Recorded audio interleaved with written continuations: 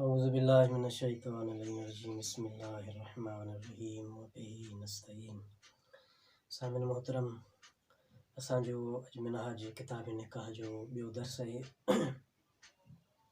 कोशिशि कंदासीं त जिते का मुश्किल इस्तलाह हुजे उनजी असां वज़ाहत कयूं ताकी असांजे पंहिंजे सादा मोमिन जे लाइ आसानी थी वञे।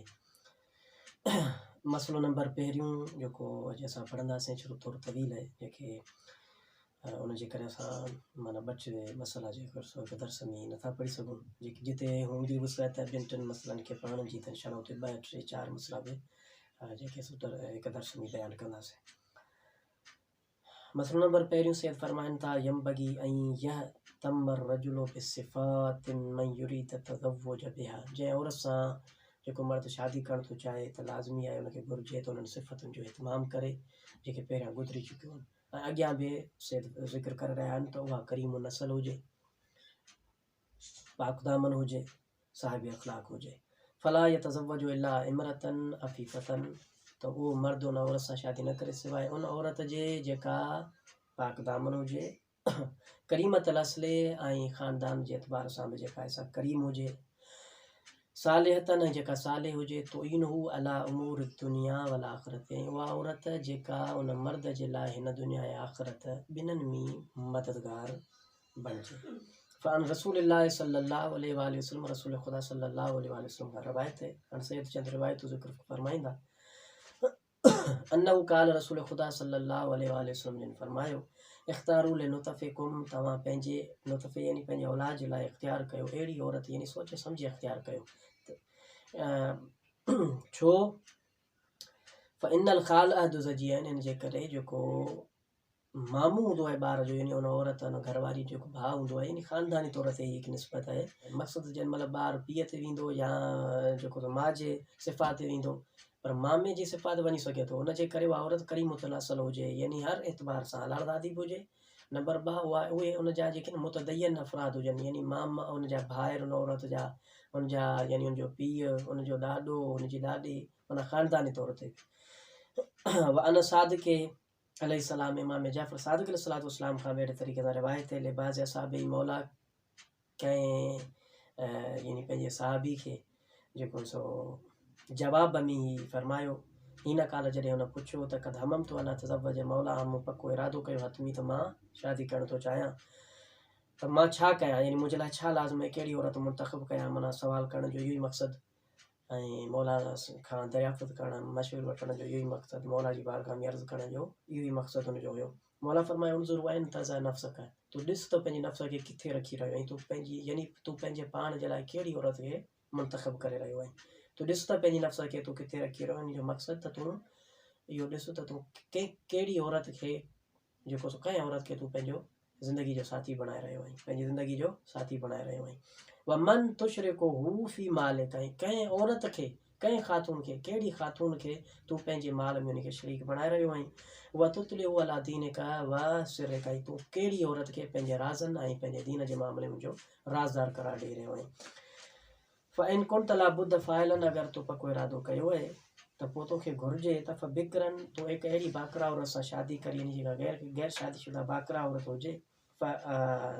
तुनसबु इलल ख़ैर व इला हुस्निल ख़ल्क़, ऐं जंहिं औरत ॾांहुं ख़ैर ऐं हुस्न अख़लाक जी जेका त निस्बत ॾिनी वञे, यानी मुआशरे में उन इलाइक़े में चयो वञे त वाक़ई हुनजी औरत जेका पाक दामन आहे, साहिब अख़लाक ऐं दीनदार ऐं मुतदय्यन आहे।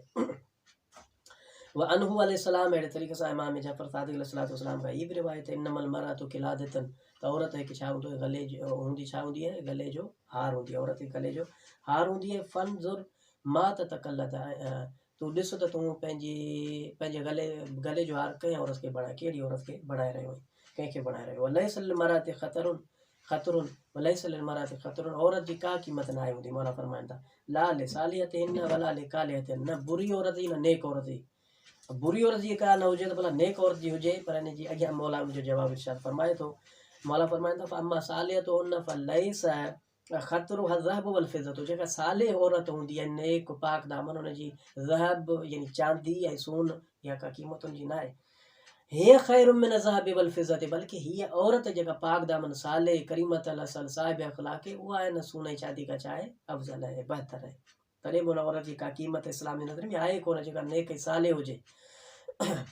अम्मा तालियत उन, ऐं जेका औरत बुरी हुजे फलैस ख़तरुहा अतुराब, उनजी मिटी बराबरि, यानी तुराब बि उनजी क़ीमत न आहे, यानी मिटी बि उहा कोन थी लाइ। मौला फरमाईंदा, बल्कि मौला फरमाईंदा तुराब ख़ैरु मिन्हा, बल्कि मिटी उन औरत खां बहितर आहे, तुराब उन औरत खां बहितर आहे। उनजी कहिड़ी क़ीमत आहे जेका बुरी बद हुजे। अॻिते सैद फरमाईंदा वला यंबगी ऐं यकसूर रजूलो नज़र वला जमाल मरते व सरवतिहा, घुर्जे त मर्द कंहिं बि जंहिं औरत सां शादी करे तो उनजे माल दौलत जे हुस्न ते नज़र न रखे, बल्कि दीनदार औरत सां शादी करे। छो इन जा जेके नुक़सान आहिनि उहो अहादीस जी रोशनी में सैद ते इरशाद फरमाए रहिया आहिनि, ज़िक्र करे रहिया आहिनि, बयान फरमाए रहिया आहिनि। फ़अन नबी सल्लल्लाहु अलैहि वसल्लम अन्नहु क़ाल, रसूल ख़ुदा का ये हदीस है, रसूल ख़ुदा फरमायो मन तज़व्वज इमरातन ला यतज़व्वजु इल्ला लिजमालिहा, जेको शख़्स के औरत सां शादी नथो करे सिवाइ इन जे जेको उनखे हसीन सम्झी ख़ूबसूरत सम्झी, लम यरा फ़िहा मा यहुब्बु उहो शख़्स शादी खां बाद में जंहिं शइ खे पसंदि कंदे उन औरत सां शादी की, यानी हसीन सम्झी, उहो उनखे न पाए सघंदो, बाद में उनखे बदसूरत ॾिसण में ईंदी। छो हुनजे यानी दीन व दुनिया जे मामले में उहा साथ न ॾींदी हर एतबार सां, तो धीरे धीरे उनजी नफ़रत थींदी, उहो हुस्न उनखे नज़र ई न ईंदो। व मन तज़व्वजहा लिमालिहा, ऐं जेको मर्द कंहिं औरत सां उनजे माल दौलत जे करे शादी करे, ला यतज़व्वजु इल्ला लहू, तो उन औरत सां उन शादी न आहे कई सिवाइ लहू यानी लिल माल, सिर्फ़ु सिवाइ उन माल सां शादी कई आहे, त पोइ छा नतीजो छा ॾींदो, वकल अलाह इलैहि, अलाह ताला बि उनखे ओॾे छॾे ॾींदो, उन माल ॾांहुं छॾींदो। उन औरत मज़ा मानूसियत, उन औरत मज़ा दीन दुनिया जी मदद वग़ैरह, उहा औरत जा बाइस इज़त बणबी, बाइस इज़त न बणबी। फ़अलैकुम बिज़ात दीन, पोइ अव्हांखे लाज़मी आहे, अव्हांखे छा लाज़मी आहे, लाज़मी आहे त तव्हां साहिबे यानी दीनदार औरत सां शादी कयो।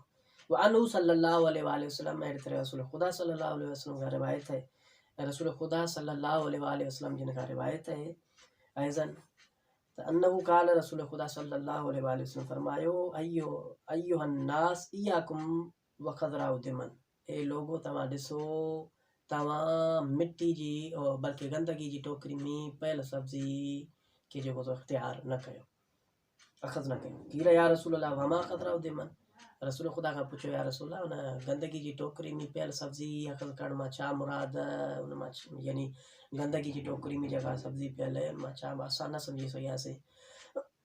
काल रसूल ख़ुदा सल्लल्लाहु अलैहि वसल्लम जिन फरमायो मरतुल हसनाउ फी मंबत सू, उहा औरत हसीन, यानी हर हसीन बि न, जेका दीनदार साले, उन मसलो ई न आहे उन सां शादी करणु, यानी बुरियूं उहे औरतूं हसीन, ख़ुदि यानी हदीस में लफ़्ज़ आहे फी मंबत सू, जेका बद किरदारी मां उन्हनि जनम वरितो हुजे, उनजो ख़ानदान बुरो, दीनदार न आहे, मुस्लमान त आहे लेकिन दीनदार न आहे, शराबी आहे, ज़ानी आहे, ज़ालिम आहे, सो उहे हसीन औरतुनि मां मुराद, उन्हनि सां शादी न कयो। इहे हुनजा नुक़सान आहिनि। पहिरियों मसइलो जेको हिते पूरो थियो ऐं थोरो तवील हुयो, इनशाला ॿिए दर्स में असां मसइले नंबर 2, मसइले नंबर 3 वुसअत रही त मसइले नंबर 4 खे इनशाला बयानु कंदासीं। वस्सलाम वलहम्दुलिल्लाहि रब्बिल आलमीन, अल्लाहुम्मा सल्लि अला मुहम्मद व आले मुहम्मद।